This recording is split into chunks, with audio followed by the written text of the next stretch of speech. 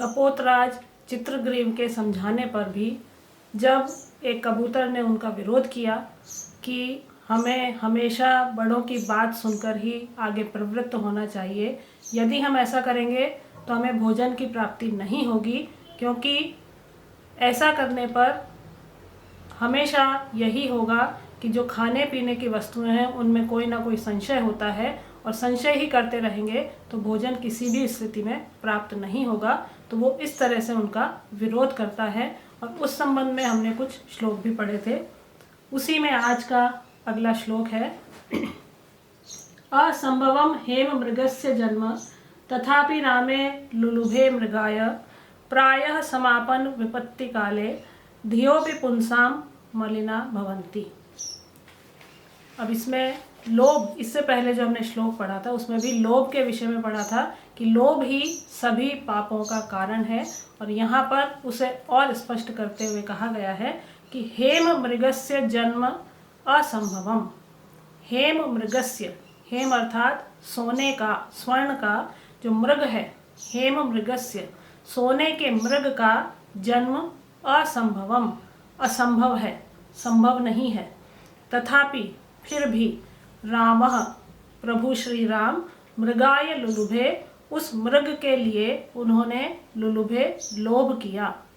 सभी को कथा मालूम है कि सोने के हिरण के लिए राम अपने आश्रम से भागे थे, तो सोने के मृग का जन्म असंभवम, संभव है, संभव नहीं है, ऐसा कभी न हुआ है, न सुना है, न होगा। तो फिर भी श्री राम उस सोने के मृग के लोभ में आ गए थे और उसके पीछे भागे थे। प्रायः हमेशा ही या अधिकांश ही समापन्न विपत्ति काले, विपत्ति का काल समीप आने पर या विपत्ति का समय आने पर पुंसाम धियः, पुरुषों की या मनुष्यों की धियः जो बुद्धि है, मलिनाः भवन्ति, मलिन हो जाती है या कुछ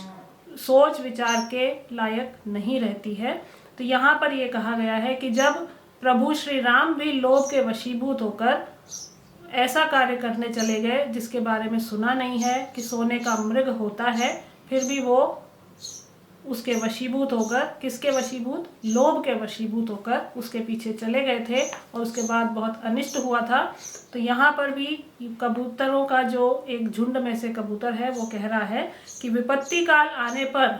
जब महापुरुषों की बुद्धि भी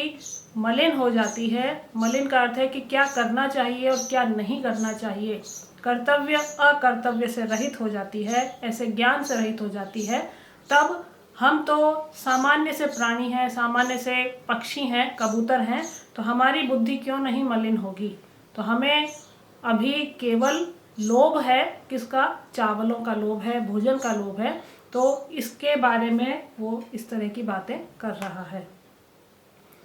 अनंतरम सर्वे जालेन बद्धाः बभूवुः,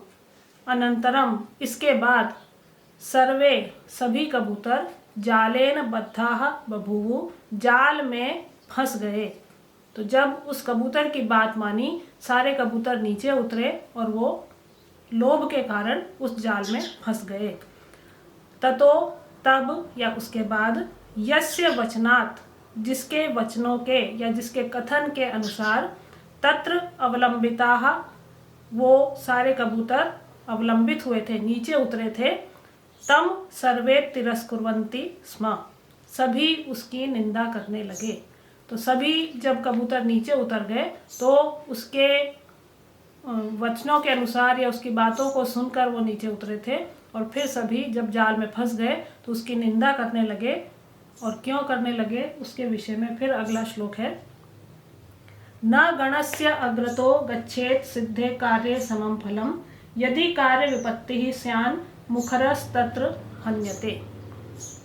गणस्य अग्रतः न गच्छेत्, गणस्य,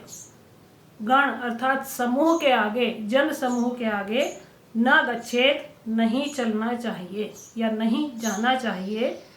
कार्य सिद्धे, कार्य के सिद्ध हो जाने पर, समम फलम भवति, उसका जो फल होता है या उससे मिलने वाला जो लाभ होता है, कार्य की सिद्धि के पश्चात जो लाभ होता है वो समम, वो बराबर होता है, सभी को मिलता है। लेकिन यदि कार्य विपत्ति स्यात्, लेकिन यदि कार्य में विपत्ति होती है, कार्य में असफलता प्राप्त होती है, तब तत्र मुखरः हन्यते, तब उस दशा में जो मुखर होता है, जो उस जन समूह का नेतृत्व करने वाला होता है या उसका जो उसमें जो आगे जो चलता है वही मारा जाता है। तो